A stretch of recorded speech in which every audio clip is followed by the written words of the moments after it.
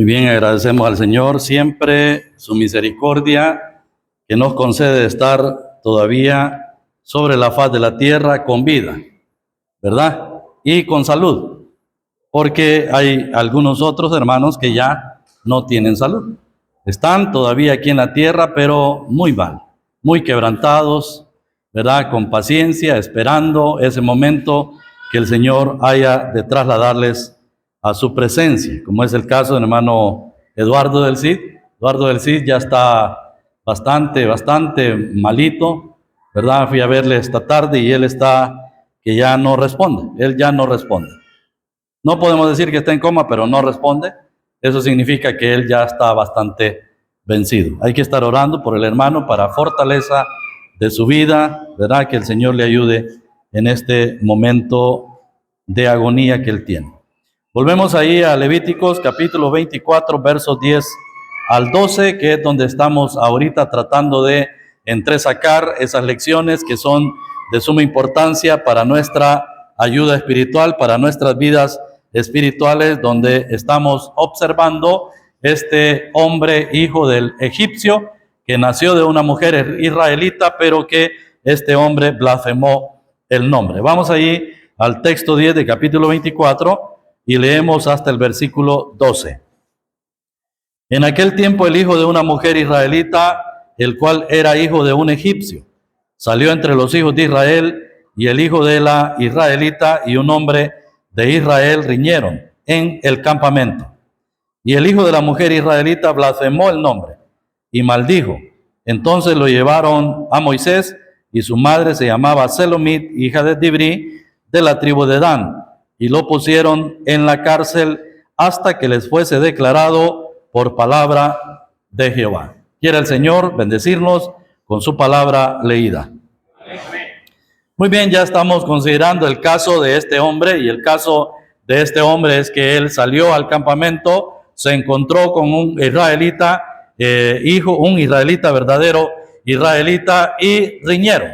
Ya hemos explicado que no se sabe cuál fue la causa o la razón por la cual riñeron, pero que se enzarzaron en un pleito entre ellos, y ese pleito le llevó a acalorarse de tal manera que este hombre, hijo del egipcio, maldijo el nombre de Dios, lo maldijo y blasfemó en contra de Dios. Y ahora pues fue puesto ahí en la cárcel mientras le era declarado a Moisés por palabra de Jehová qué se podía hacer con este hombre que había blasfemado el nombre. Entonces esto era algo serio, esto era algo en realidad que traía consecuencias terribles, fatales a la vida de cualquiera que blasfemara el nombre. Estábamos hablando de la blasfemia que tiene su origen en Satanás. La blasfemia tiene su origen en Satanás. Ya explicamos anoche, Satanás es el productor, el que genera la blasfemia en el mundo entero, porque él solamente tiene un objetivo, y su objetivo es estar en el trono de Dios, en el lugar de Dios, y él ha buscado, por eso fue derribado del cielo, de la misma presencia, porque según lo presenta Isaías y también Ezequiel, de que era aquel querubín protector, acabado en hermosura, que fue creado, y que todos los instrumentos musicales fueron creados el día de su creación. Ese querubín era el querubín que estaba ahí en la presencia de Dios, posiblemente para ofrecer cierta protección, ¿verdad?, en el trono, en el reino eterno de Dios. Pero este querubín protector, tan hermoso, de su coronilla hasta la planta de su pie, dice que se ensoberbeció, y él quiso ocupar el lugar de Dios, y de esa manera fue echado del cielo. Y él se ha convertido en el ser maligno, el ser que busca siempre en todos los medios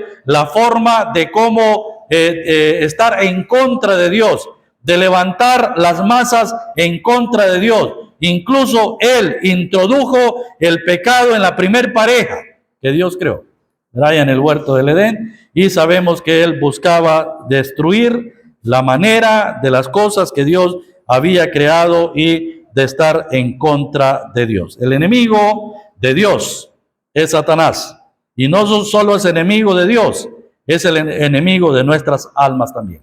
¿Verdad? De cada creyente, Satanás es el enemigo. Entonces, el origen de la blasfemia está en Satanás. En segundo lugar, la blasfemia, el que blasfema, está dominado por el espíritu de Satanás. Y allí lo vemos en la persona del anticristo. Ya para el tiempo de la tribulación, él será poseído por el poder satánico para blasfemar en contra del nombre de Dios. Pero todos los que han blasfemado en todas las épocas es porque han estado posesionados con el espíritu demoníaco que les lleva a blasfemar. Decíamos también que Satanás penetró las cosas más santas de Dios.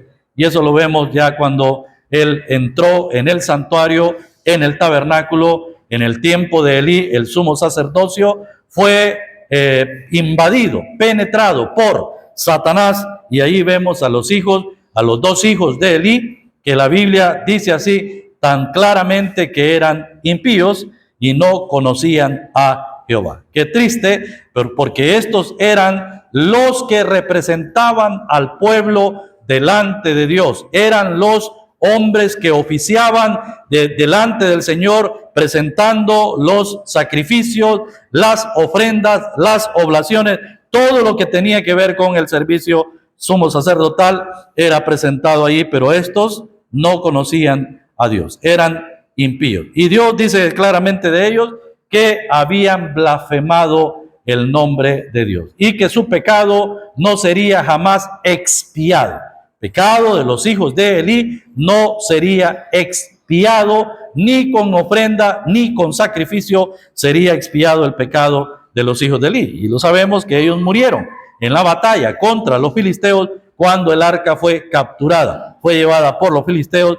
Allí murió Ofni y Finés, murieron el mismo día, ¿verdad? Y la esposa de uno de ellos, que estaba embarazada, dio a luz, le vinieron los dolores de parto y dio a luz, y también murió, pero antes de morir dice que puso a su hijo Icabod, porque ese nombre Icabod significaba que la gloria de Dios había sido traspasada, ¿verdad? Icabod quedó para toda la vida, ese nombre para recordar a todo Israel que la gloria de Dios había sido traspasada. ¿Dónde fue traspasada? Porque los filisteos llevaron el arca del pacto. ¿Es ahí? ¿La gloria de Dios fue traspasada porque el arca del pacto fue capturada? No, esa fue consecuencia. La gloria de Dios ya había sido traspasada desde que Satanás se introdujo allí en el templo, en el santuario, y ahora pues como consecuencia el arca había sido llevada como para dar una bofetada a toda la nación de Israel que se habían apartado del Dios vivo y verdadero y habían adorado a otros dioses y seguido a otros dioses. Quiero que consideremos otro caso donde Satanás entró para hacer blasfemar, hermano, para hacer blasfemar a los enemigos del Señor. Y es que Satanás usó nada menos que al rey David, a David. Mire, ¿cuándo fue que Satanás usó a David? Bueno, en dos ocasiones, pero la primera ocasión es una ocasión terrible, desastrosa, ¿verdad? Que trae consecuencias amargas, tanto a la vida de David, y todavía suena eso. Siempre que leemos esa parte, entramos cada uno de nosotros los creyentes como en frío, ¿verdad? Porque decimos, qué triste, qué doloroso. ¿Quién era David? Bueno, la Biblia dice que David era un santo varón de Dios. La Biblia dice que David era conforme al corazón de Dios. Ese fue el rey que sustituyó a Saúl.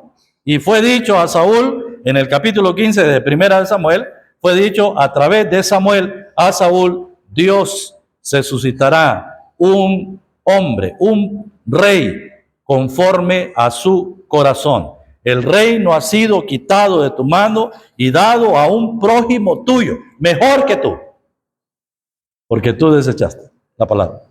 Ese era David. Ese era el rey David.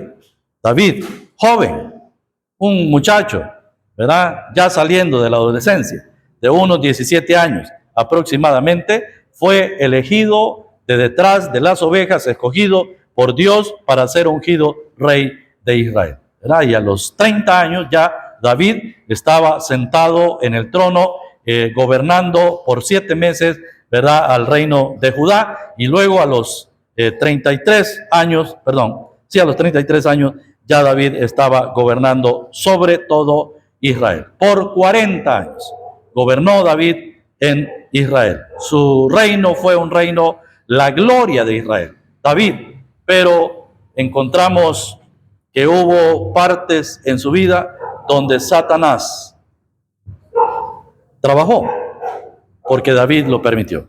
Vamos leyendo que este hombre descuidó su vida espiritual y sucumbió ante la tentación de una mujer que se llamaba Betsabé y cometió cosas terribles. ¿Cómo? Bueno, maquinar cómo ocultar el embarazo de Betsabé. Segundo Samuel capítulo 11. Vamos a segundo libro de Samuel capítulo 11. Ya conocemos la historia, pero vemos ahí capítulo 11 y vamos a leer del versículo 5 hasta el versículo, permítame, vamos a leer del versículo 5 hasta el 13 para tomarle el sentido. Dice segundo Samuel capítulo 11 verso 5. Y concibió la mujer y envió a hacerlo saber a David, diciendo: estoy encinta. Entonces David envió a decir a Joab: envíame a Urías Eteo. Y Joab envió a Urías Eteo. Cuando Urías vino a él, David le preguntó por la salud de Joab y por la salud del pueblo y por el estado de la guerra. Después dijo David a Urías: desciende a tu casa y lava tus pies. Y saliendo Urías de la casa del rey, le fue enviado presente de la mesa real. Mas Urías durmió a la puerta de la casa del rey con todos los siervos de su señor y no descendió a su casa. Hicieron saber esto a David diciendo: Urías no ha descendido a su casa. Y dijo David a Urías: ¿no has venido de camino? ¿Por qué pues no descendiste a tu casa? Urías respondió a David: el arca e Israel y Judá están bajo tienda, y mi señor Joab y los siervos de mi señor en el campo. Y había yo de entrar en mi casa para comer y beber y a dormir con mi mujer. Por vida tuya y por vida de tu alma, que yo no haré tal cosa. Y David dijo a Urías: quédate aquí aún hoy, y mañana te despacharé. Y se quedó Urías en Jerusalén aquel día y el siguiente. Y David lo convidó a comer y a beber con él hasta embriagarlo. Y él salió a la tarde a dormir en su cama con los siervos de su señor, mas no descendió a su casa. ¿Qué nota esta más triste, verá, en la vida del rey David? ¿Qué había acontecido? Bueno, ya conocemos el resto de la historia. Anteriormente fue que David se había quedado, él tenía que estar en la guerra peleando allá contra los amonitas juntamente con su general Joab y todo el ejército que había ido a pelear, pero él se quedó. Él se quedó y se quedó cuando los reyes salían a la guerra. Se quedó y estando él en el terrado de su casa, vio a una mujer desde el terrado de su casa que se estaba bañando. Y no solo vio que se estaba bañando, sino que observó algo más. Observó que esa mujer era una mujer hermosa. Eso observó David y mandó a preguntar. Inmediatamente comenzaron las indagaciones, porque era el rey, mandó gente a preguntar quién era aquella mujer y le trajeron datos que era Betsabé, la mujer de Urías, y que era hija de Eliam, ¿verdad? Y ahí pues ya él mandó a traer a Betsabé, durmió con ella, cometió pecado, pero no solamente cometió pecado de adulterio, sino que también esta mujer quedó encinta. Lo que menos esperaba. Quedó encinta. Y cuando ella queda encinta, hermanos, cuando ella queda encinta, ella manda a decirle a David: estoy encinta. ¿Sabe qué es eso de encinta? Tal vez algunos no entienden la palabra encinta. No es una cinta. ¿Qué es encinta, hermano Adelio? Estar embarazada. Es el término que la Biblia utiliza ahí, embarazo, aquí es encinta, estaba encinta. Si usted ve en el tiempo de que el Señor advierte acerca de la tribulación, ay de las que estén encinta, se refiere a ese tema de embarazo, el tema del embarazo. Entonces, estoy encinta, concibió la mujer y envió a saber diciendo, estoy encinta. ¿Qué comenzó a hacer David? David quiso cubrir ese embarazo. Y no solamente quiso cubrir ese embarazo, sino que ¿qué más quiso hacer David con ese embarazo? Dígame usted, si ha leído ahí qué fue lo que David quiso hacer con ese embarazo. ¿Por qué mandó a traer a Urías, Eteo, a la guerra? Urías estaba peleando allá. Pero ¿para qué mandó David a traer a Urías de la guerra?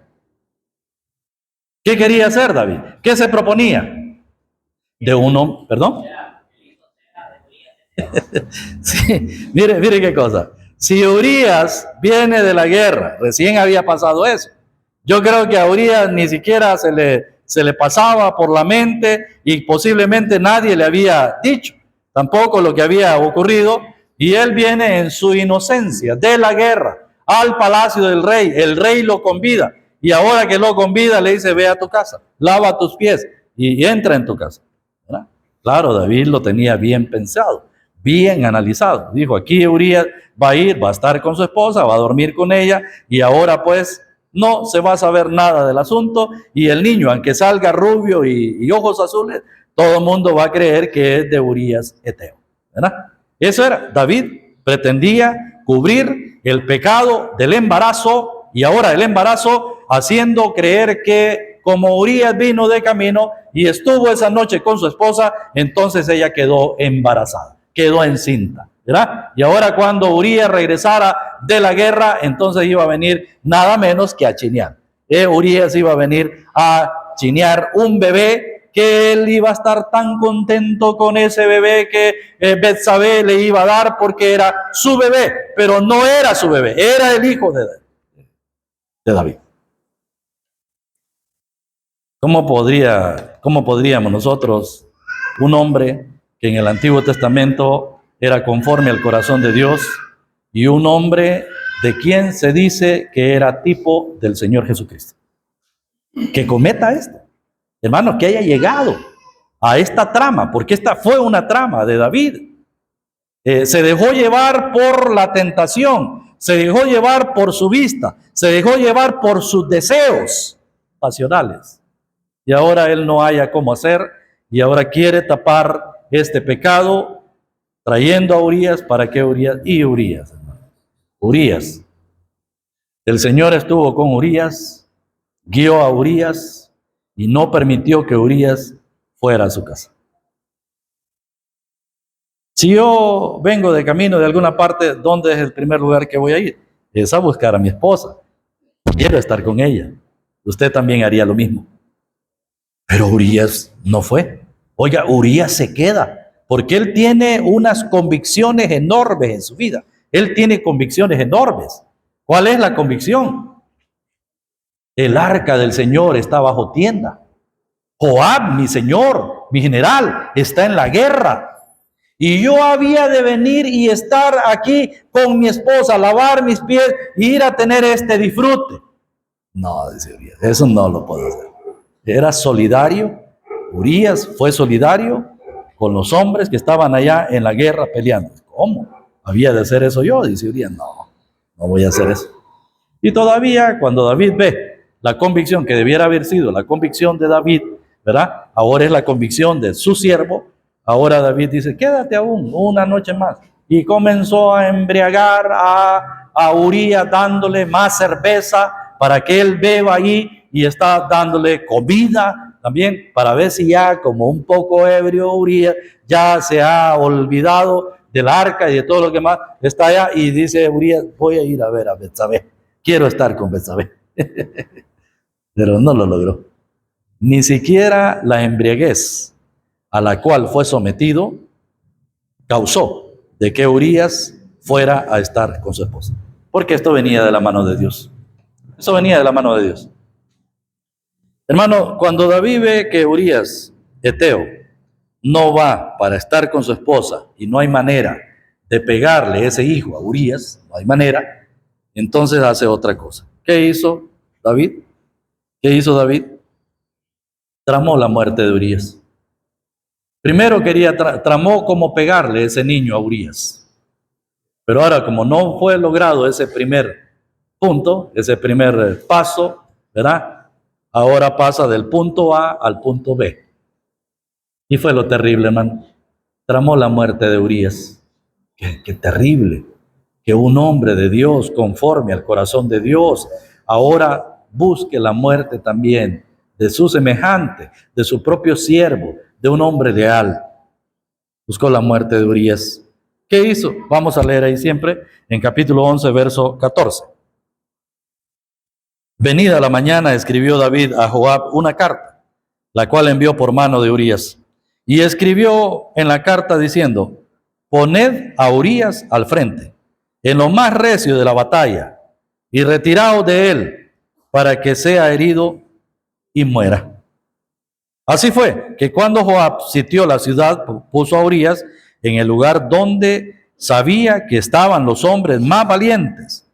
Y saliendo luego los de la ciudad, pelearon contra Joab, y cayeron algunos del ejército de los siervos de David, y murió también Urías Eteo. Qué nota más solemne y triste. Ese día fue un día de solemnidad, porque Urías Eteo, el inocente, el hombre que no había cometido nada para que lo mataran, fue puesto en lo más recio de la batalla para que muriera. Y lo dijo ahí claramente en la carta: ponlo en lo más recio de la batalla y retiraos de él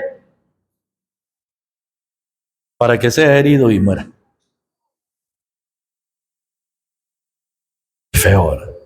¿Usted cree que un hombre de Dios que vive en la presencia de Dios, en su cabal juicio, podía llegar a estos términos? No, solamente una persona impulsada por el poder de Satanás, influido aquí con la carne y Satanás, porque ya David ya no andaba en el espíritu. Desde que él comete este adulterio, deja de andar en el espíritu, deja de ser el dulce cantor de Israel, deja de ser aquel hombre que alababa noche y día a Dios, aquel hombre que buscaba en la madrugada a Dios, en la mañana, en el día, 3 veces al día, te buscaré. Deja de ser ese hombre. Y se convierte en un hombre perverso, impío, pecador, que busca la muerte de su prójimo. Qué terrible, hermanos. Tramó la muerte de Urías, y Urías murió. Urías murió. Por este acto que David hizo, con maquinar todo esto, ¿verdad? Afectó a la familia de Betsabé. Veámoslo. Él afectó a la familia de Betsabé. Capítulo 11, verso 3. ¿Quién era la familia de Betsabé? 11:3. Envió David a preguntar por aquella mujer y le dijeron: aquella es Betsabé, hija de Eliam, mujer de Urías Eteo. ¿Quién era Eliam? Vamos al capítulo 23, texto 34. 23:34 del segundo libro de Samuel.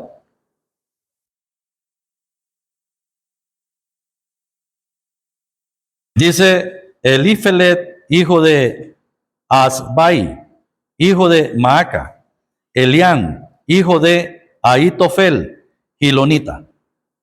Vaya grabándose ese nombre. Elián, hijo de Ahitofel. Afectó a la familia de Betsabé. ¿Quién era Ahitofel? Vamos a observar en el capítulo 15, texto 31. 15:31.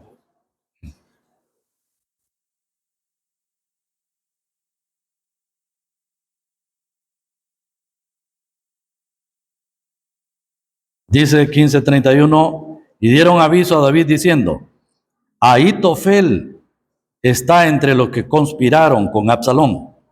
Entonces dijo David: entorpece ahora, oh Jehová, el consejo de Ahitofel. Cuando David llegó a la cumbre del monte para adorar allí a Dios, he aquí Usaí, arquita, que le salió al encuentro, rasgado sus vestidos y tierra sobre su cabeza. Y le dijo David, si pasares conmigo, me serás carga. Mas si volvieres a la ciudad y dijeres a Absalón, rey, yo seré tu siervo, como hasta aquí he sido siervo de tu padre, así seré ahora siervo tuyo, entonces tú harás nulo el consejo de Ahitofel. No estarás allí cuando los sacerdotes Sadoc y Abiatar, por tanto, todo lo que oyeres en la casa del rey, se lo comunicarás a los sacerdotes Sadoc y Abiatar. Y he aquí que están con ellos sus dos hijos, Ahimaas y Sadoc y Jonatán, y de Abiatar, por medio de los cuales me enviaréis aviso de todo lo que oyeres. Entonces, amigo, Usai Arquita era amigo personal, consejero de David. Pero ¿quién era Ahitofel? Bueno, este Ahitofel era consejero también de David. Pero Ahitofel se vio, hermanos, defraudado, dañado, perjudicado, cuando David vivió con Betsabé. ¿Quién era Betsabé? De Ahitofel. Era la nieta de Ahitofel. Y ahora, cuando Absalón se rebela, se subleva contra su padre para quitarle el reino, dice que Ahitofel se unió en la conspiración. ¿Qué tenía Ahitofel en el corazón? Tenía amargura contra David por lo que había hecho con su nieta Betsabé, y también había matado muerte a su yerno Urías. Y eso Ahitofel no lo perdonaba. ¿Qué pasó con este hombre Ahitofel? Ahitofel daba el consejo, pero en esta ocasión el consejo de Ahitofel no se siguió. Vamos al capítulo 17, verso 1. Bueno, leemos 16, texto 23. Y el consejo que daba Ahitofel en aquellos días era como si se consultase la palabra de Dios. Así era todo consejo de Ahitofel, tanto con David como Absalón. Texto 1 de 17. Entonces Ahitofel dijo a Absalón, yo escogeré ahora 12,000 hombres, y me levantaré y seguiré a David esta noche, y caeré sobre él mientras está cansado y débil de manos. Lo atemorizaré, y todo el pueblo que está con él huirá, y mataré al rey solo. Así haré volver a ti todo el pueblo, pues tú buscas solamente la vida de un hombre. Ahitofel. ¿Qué quería hacer Ahitofel? ¿Qué quería hacer Ahitofel? Matar a David. Ahitofel quería tomar venganza. Él era la oportunidad. Esta era la oportunidad. Quería matar a David. Bueno, el texto 5 dice, y dijo Absalón, llamad también ahora a Usaí, arquita, para que asimismo oigamos lo que él dirá. Cuando Usaí vino a Absalón, le habló a Absalón diciendo, así ha dicho Ahitofel, ¿seguiremos su consejo o no? Di tú. Entonces Usaí dijo a Absalón, el consejo que ha dado esta vez Ahitofel no es bueno. ¿Pero era bueno? Sí, era bueno. Era un consejo acertado. Era un consejo acertado. Pero Usaí dice, el consejo que ha dado esta vez Ahitofel no es bueno. Y añadió Usaí, tú sabes que tu padre y los suyos son hombres valientes y que están con amargura de ánimo, como la osa en el campo, cuando le han quitado su cachorro. Además, tu padre es hombre de guerra y no pasará la noche con el pueblo. He aquí él estará ahora escondido en alguna cueva o en otro lugar, y si al principio cayeren algunos de los tuyos, quien quiera que lo oyeren dirá, el pueblo que sigue a Absalón ha sido derrotado, y aún el hombre valiente, cuyo corazón sea como corazón de león, desmayará por completo, porque todo Israel sabe que tu padre es hombre valiente y que los que están con él son esforzados. Aconsejo pues que todo Israel se junte a ti, desde Dan hasta Beerseba, en multitud como la arena que está a la orilla del mar, y que tú en persona vayas a la batalla. Bueno, no vamos a leer más, ya lo conoce, pero el texto 14. Entonces Absalón y todos los de Israel dijeron, el consejo de Usaí arquita es mejor que el consejo de Ahitofel, porque Jehová había ordenado que el acertado consejo de Ahitofel se frustrara, para que Jehová hiciese venir el mal sobre Absalón. ¿Qué hizo Ahitofel? Texto 15. Dijo luego Husai a los sacerdotes Sadoc y Abiatar, así y así aconsejó Ahitofel a Absalón y a los ancianos de Israel, y de esta manera aconsejé yo. Texto 23. Pero Ahitofel, viendo que no se había seguido su consejo, enalbardó su alma y se levantó y se fue a su casa, a su ciudad, y después de poner su casa en orden, se ahorcó y así murió y fue sepultado en el sepulcro de su padre. Qué triste. Otra no está triste. Ahitofel era un hombre que aconsejaba bien, correctamente, hasta que David cometió pecado con Betsabé. Todo iba bien con Ahitofel. Pero cuando David cometió pecado con su nieta, la vida le cambió a Ahitofel. Entró en amargura. Él se sintió defraudado y buscó la manera de cómo acarrear venganza contra David, el rey. Y esta era ni la mejor oportunidad. Esta era la mejor oportunidad para dar muerte al rey. Pero cuando no se siguió el consejo de Ahitofel, él se fue a su casa, puso su casa en orden, quiere decir, arregló su casa, ¿verdad? Y ahora pues se ahorcó. Y así murió. No debía haber muerto Ahitofel si David no hubiera cometido el pecado, ¿usted sabe?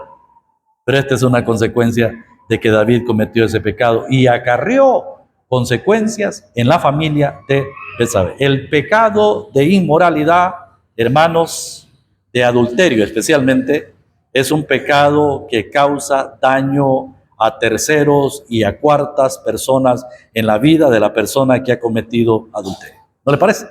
Sí, aquí lo estamos viendo.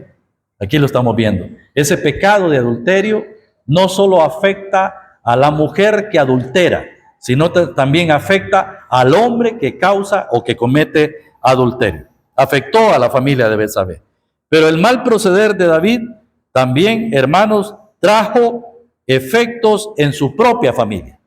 Ese pecado de David trajo efectos en su propia familia. Vamos ahí otra vez al capítulo 11, al capítulo 12 de segundo libro de Samuel. Ese pecado de David trajo consecuencias a su propia familia. Vemos del capítulo 12, texto 9, 10, y de ahí pasamos al versículo 14. Dice, ¿por qué pues tuviste en poco la palabra de Jehová haciendo lo malo delante de sus ojos? A Urías Eteo heriste a espada y tomaste por mujer a su mujer y a él lo mataste con la espada de los hijos de Amón. Por lo cual, note qué sentencia, este versículo es un versículo que debemos subrayarlo ahí porque nos da lección a nosotros. Mire, por lo cual ahora no se apartará jamás de tu casa la espada, por cuanto me menospreciaste y tomaste la mujer de Urías Eteo para que fuese tu mujer. Así ha dicho Jehová. He aquí, yo haré levantar el mal sobre ti, de tu misma casa, y tomaré tus mujeres delante de tus ojos, y las daré a tu prójimo, el cual yacerá con tus mujeres a la vista del sol. ¿Usted recuerda cuándo ocurrió esto? ¿Cuándo ocurrió esto? Esto de que su prójimo tomó las mujeres de David a vista y paciencia de todo el mundo. ¿Cuándo fue? Cuando Absalón se sublevó contra David, su padre, el consejo que le dio a Ahitofel es, llégate a las concubinas que tu padre dejó cuidando la casa, 10 mujeres. Y pusieron una tienda y Absalón, a vista de todo mundo, a la luz clara del sol, se llegó a esas mujeres concubinas de David. Tú lo hiciste en oculto, pero yo lo haré, dice, lo daré a tu prójimo, el cual yacerá con tus mujeres a la vista del sol. Eso ocurrió. Eso ocurrió. Mire, ¿qué hizo David cuando regresó? Después de que huía de Absalón y que murió Absalón. ¿Qué hizo David con esas mujeres? Yo siempre miro ese cuadro de esas mujeres y me consterno. No estoy de acuerdo con lo que David hizo con esas mujeres. ¿Qué hizo David con esas mujeres? Dice que las puso en reclusión perpetua. No volvió a convivir con ellas y estuvieron recluidas en cárcel perpetua. Les cayó cadena perpetua. ¿Y qué culpa tenían ellas? Yo pregunto, ¿qué culpa tenían ellas? ¿Ah? ¿Tendrían alguna culpa? No tenían culpa. La culpa era de David. Eran consecuencias. Dios ya se lo había dicho. Pero no, las mujeres tienen que pagar. Ellas tuvieron que pagar reclusión perpetua. Ahí. No volvieron esas mujeres a salir, a ver la luz del sol. Esas mujeres estuvieron ahí a pan y agua hasta que murieron. Porque sencillamente Absalón las había violado. Y ellas ahora tenían que pagar. Bueno, terrible. David tendrá que dar cuenta de eso delante del Señor. ¿Qué más, hermano? El Señor dice ahí en el texto 13. Entonces dijo David a Natán, pequé contra Jehová, y Natán dijo a David, también Jehová ha redimido tu pecado, no morirás. Mas por cuanto con este asunto hiciste blasfemar, ahí está la palabra, hiciste blasfemar a los enemigos de Jehová, el hijo que te ha nacido ciertamente morirá. Ya le había nacido el hijo a Betsabé, ¿verdad? Quiere decir que habían transcurrido más de 9 meses. Ya habían transcurrido más de 9 meses y el niño ya había nacido. Yo no sé cuántos meses tendría el niño, pero calcule usted que había pasado desde que Betsabé había quedado embarazada hasta cuando el niño ya había nacido, por lo menos 12 meses, un año, póngale usted. El niño, el hijo que te ha nacido, ciertamente morirá. ¿Qué hizo David? ¿Qué hizo David con el niño de Betsabé? Bueno, dice que el niño cayó grave, enfermo. Y David rasgó sus vestidos, ayunó. Texto 16, lea conmigo. Entonces David rogó a Dios por el niño. Y ayunó David y entró y pasó la noche acostado en tierra. Y se levantaron los ancianos de su casa y fueron a él para hacerlo levantar de la tierra. Mas él no quiso, ni comió con ellos pan. Y al 7º día murió el niño. Y temían los siervos de David hacerle saber que el niño había muerto, diciendo entre sí, cuando el niño aún vivía le hablábamos y no quería oír nuestra voz. ¿Cuánto más se afligirá si le decimos que el niño ha muerto? David rogaba, se echó en tierra, ahí estaba acostado, pasó la noche acostado en tierra, él rogaba a Dios que no muriera su niño.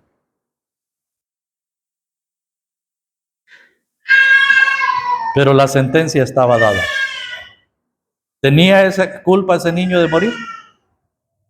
No, ese niño no debía morir. Quien debía morir era David. Pero Dios, que es tan misericordioso, a través del profeta le dijo a David, no morirás. Dios ha remitido tu pecado y no morirás. Porque se encontró algo en David muy importante. Lo que se encontró en David es que David estaba muy pronto a reconocer su pecado. Él allí en el texto 14, en el texto 13, entonces David dijo a Natán, pequé contra Jehová, pequé. Y Natán dijo a David, también Jehová ha remitido tu pecado, no morirá. Esto es importante en la vida de un creyente. Es importante. Si usted lee el Salmo 32 y el Salmo 51, se dará cuenta que David clama. Él ora a Dios y él en el Salmo 32 dice, bienaventurado el varón a quien Jehová no culpa de pecado y cuya transgresión ha sido perdonada y cubierto su pecado. En el Salmo 51, David dice, contra ti he pecado y he hecho lo malo contra ti. Eso es muy importante en la vida de un creyente, de un varón de Dios, es que aunque cometa cosas terribles en su vida, debe estar dispuesto a confesar su pecado delante del Señor. Pero las consecuencias no se quitan. Las consecuencias no se quitan. La espada no se apartará de ti. De un creyente que peca, la espada no se apartará. Y de eso tenemos que estar pero muy conscientes. Alguien podría decir, pequé, puedo pecar, confieso mi pecado y todo está bien. No, hay consecuencias. El Señor lo perdona. Él le perdona, le limpia su pecado. No morirá, pero hay consecuencias. Ya vemos, las mujeres aquellas recluidas, la muerte de Ahitofel y ahora la muerte de este niño. Tiempo se ha llegado, vamos a continuar el jueves, Dios mediante, observando este asunto. Que el Señor nos bendiga con su palabra.